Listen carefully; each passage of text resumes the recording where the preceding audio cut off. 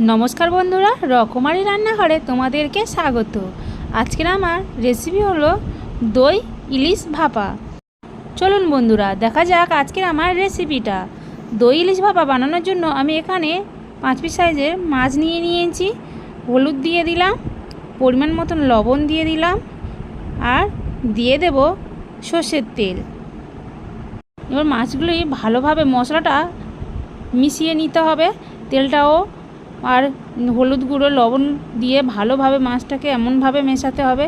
देखतेই পাচ্ছ আমি কেমন ভাবে মেশাচ্ছি, তোমরাও এমন ভাবেই মেশাবে।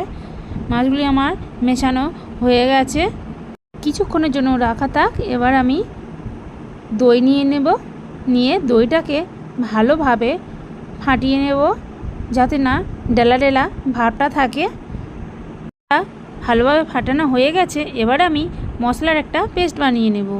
এখানে দিয়ে দিলাম সাদা সর্ষে আর লাল সর্ষে আর দিয়ে দিলাম পোস্ত 2 চামচ। পোস্তটা যত বেশি দেবে তত ভালো লাগবে। আর দিয়ে দিলাম জল দিয়ে কিছুক্ষণের জন্য এটাকে আমি ভিজিয়ে রাখবো।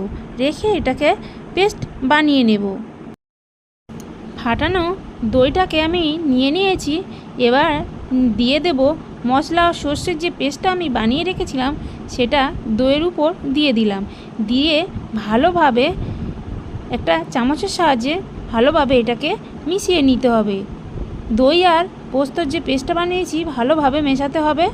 আর এবার এতে দিয়ে দেব হালকা পরিমাণের লবণ যেমন লাগবে।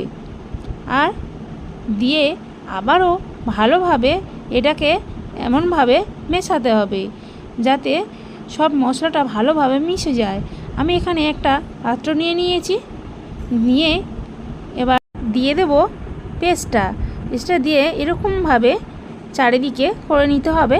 তারপর দিয়ে দেব মাছগুলি একে একে এমনভাবে দিতে হবে।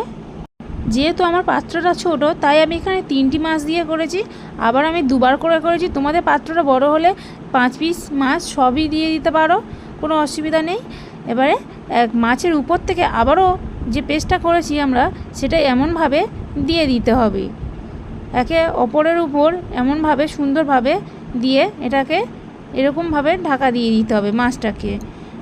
দেখতেই পাচ্ছ মশলাটা কেমনভাবে দেওয়া হয়েছে। এবার দিয়ে দিলাম লঙ্কা চিড়ে। লঙ্কা আমি চারিদিকে চিড়ে এমনভাবে ছড়িয়ে দিয়েছি। 3টি লঙ্কা দিয়ে আবারও এর উপর দিয়ে দেব সর্ষের তেল। সর্ষের তেলটা পরিমাণ মতন দিতে হবে, দেখতেই পাচ্ছ। এবার সর্ষের তেলটা দিয়ে এটাকে ঢাকনা দিয়ে আমি ঢেকে দেব। দিয়ে আমি একটা কড়াইতে জল নিয়ে নিলাম, নিয়ে আমি গ্যাসের একটা প্যান বসিয়ে দিলাম। দিয়ে তার উপর একটু জল দিয়ে দেব। একটু জল দিয়ে একটু দেখতেই পাচ্ছ আমার পাত্রটা আছে তার একটু উঁচু করে জল দিলাম। দিয়ে আমি একটা ঢাকনা দিয়ে ঢেকে দিলাম কিছুক্ষণের জন্য ভাপাটা হওয়ার জন্য। দই ইলিশ ভাপাটা আমার সম্পূর্ণ রেডি হয়ে গেছে। দেখতেই পাচ্ছ কত সুন্দর কালার এসছে। তোমরা চাইলে এমনভাবে বাড়িতে ট্রাই করো বন্ধুরা।